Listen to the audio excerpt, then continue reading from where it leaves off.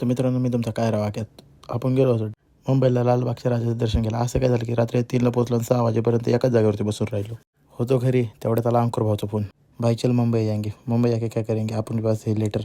तो मैं भी निकला, बोले चलो लाल बाग के राजा के दर्शन लेके आते. उधर जाने के बाद पता चला कि सब लोग मेरी तरह लेटर ही लेके आए थे.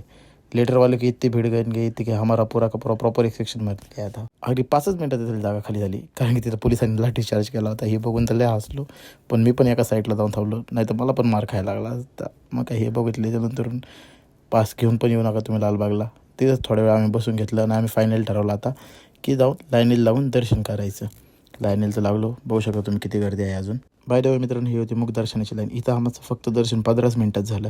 तसं तुम्ही जर पास घेऊन येत असाल, जर तुमचं तिथं कोण पोलीसवाला मित्र असेल तर तिथं तसं ट्राय करा, नाही तर कोणत्याही लेटरच्या भरोश्यावरती जाऊ नका, नाही तर हालत खूप बेकार होती. मग काय फायनली आम्ही गेलो, दर्शन वगैरे घेतलं, परत निघलो आम्ही बाहेर. थोड्याच वेळ आम्ही तिथनं निघलो मुंबई फिरण्यासाठी. जाऊन पोचलो ताज हॉटेलला. तिकडे जाऊन पोचलो तेवढंच अंकुर भाऊच्या एका मित्राचा कॉल आला, ते मला दर्शन करायला देतो, ती पण चरण स्पर्श. मग काय निघलो आम्ही सगळे मित्रांना घेऊन परत लालबागचं दर्शन करण्यासाठी. ह्यावेळेस आम्ही डायरेक्ट फ्रंट गेटने एंट्री केली.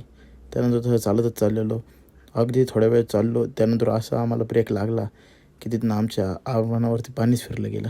VIP लाईनीतनं एंट्री तर केली, त्यानंतर मग 4.5 तास थांबायला लागलं. बघू शकता इतक्या गर्दीत आम्ही 4.5 तास थांबलेलो. त्यानंतर मग फायनल जशी जशी गर्दी पुढं जात गेली तर बाप्पाची मूर्ती दिसली. त्यानंतर अख्खी त्रास दूर झाला.